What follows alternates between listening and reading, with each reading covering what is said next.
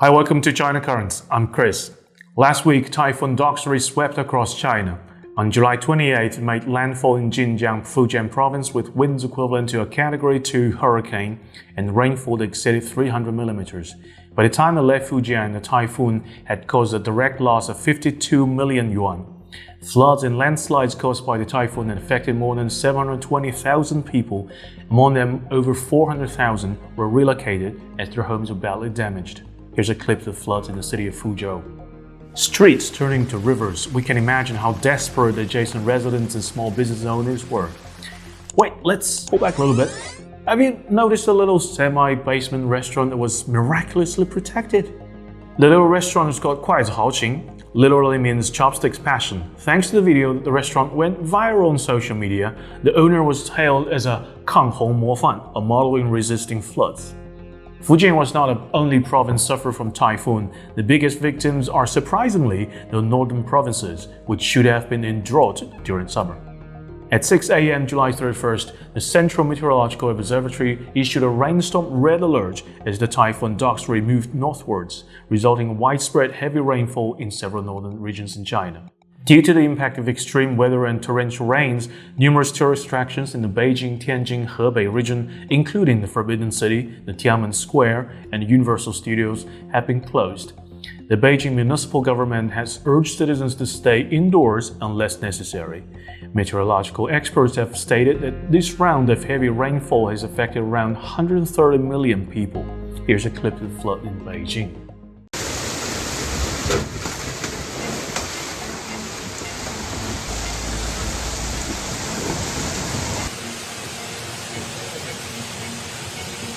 As of this moment, there are at least 11 people dead and 27 people missing. Besides business on the streets, bookstores and publishers suffered tremendously as most of the warehouses are located around Beijing in the most severely damaged areas. Books China, which is the largest online bookstore in the country, suffered from a loss of 80% of the inventory, which is about 4 million books. It is the darkest moment ever since we entered this industry, Books China stated. Here's a clip of what it looks like inside a warehouse, or what used to be a warehouse.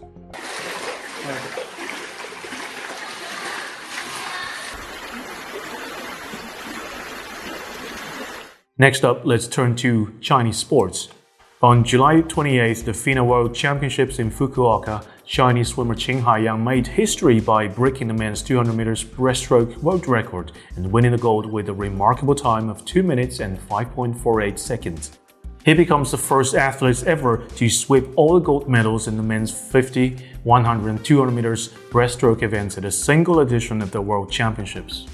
As the 2023 Fukuoka FINA World Championships came to a close, Team China emerged as the dominant force with an impressive haul of 20 gold, 8 silver, and 12 bronze medals, topping the gold medal tally. The swimming team's remarkable performance marked a historic milestone for the Chinese swimming team at the World Championships, surpassing their previous best result achieved back in 1994 in Rome. On August 2nd, Qin won the gold medal in men's 100 meters breaststroke at the 31st Summer Universiade in Chengdu. Undoubtedly, he has become the most anticipated stars in Chinese swimming team, drawing significant attention and support from fans at home. While the swimming team are claiming medals in competitions, Chinese football is in the middle of another anti-corruption campaign.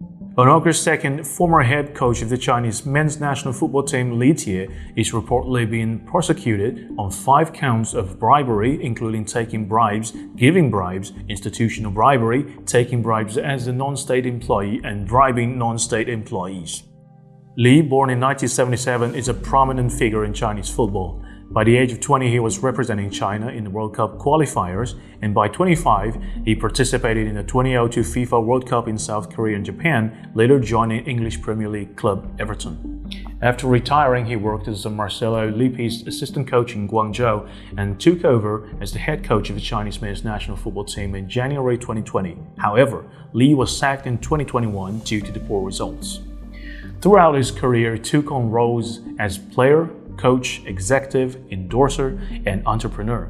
Building a sprawling business empire, he owned 9 associated companies before the incident. His prosecution comes 6 months after an investigation began for suspected violations. It has triggered new anti-corruption storm in Chinese football, taking down over 10 figures, including Lee's superiors at the time he was coach. The wide range of alleged crimes highlights the far reach of Lee's case. It serves another warning that abuse of power will not be tolerated as China continues reforming football governance. Speaking of football, Chinese women's football team has just wrapped up the World Cup trip with the worst performance in history. With a disastrous 1-6 defeat to England, the Chinese women's football team was out of the World Cup. The Chinese team ended the group stage with 1 win and 2 losses, setting the worst record in its history in the tournament. Previously, China has never been eliminated in a group stage. Their best performance were in 1999, which they finished the tournament with a silver medal.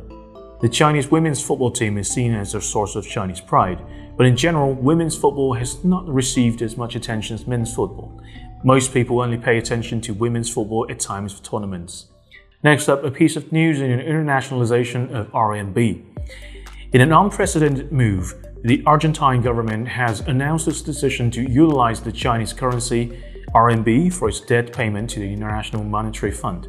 Argentine Economy Minister Sergio Massa said in a speech on Monday that Argentina will repay a total of $2.7 billion in debt to the IMF, on which $1 billion is loaned by the Development Bank of Latin America, and other $1.7 billion will be repaid in yuan under the China-Argentina currency swap agreement.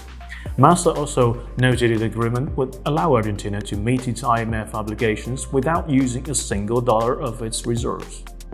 The deal represents another step in Argentina's efforts on reducing its reliance on the US dollar.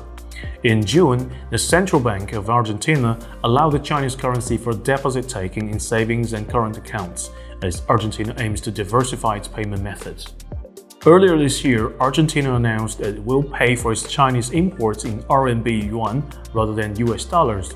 These decisions also underscore the growing economic ties between Argentina and China, with China emerging as one of Argentina's primary trading partners. Next up, on July 31st, 4 Chinese government and military departments issued a notice to exert temporary export controls on certain drones. The notice sets a limit on high-performance drones, including the ones with high payload and flight time that could be used for military purposes. In a press conference, the spokesperson from the Ministry of Commerce said export control is consistent with international standards without targeting any specific country or region. The notice was issued in the context of the extensive use of drones in armed conflicts around the world, especially the Russo-Ukrainian conflict.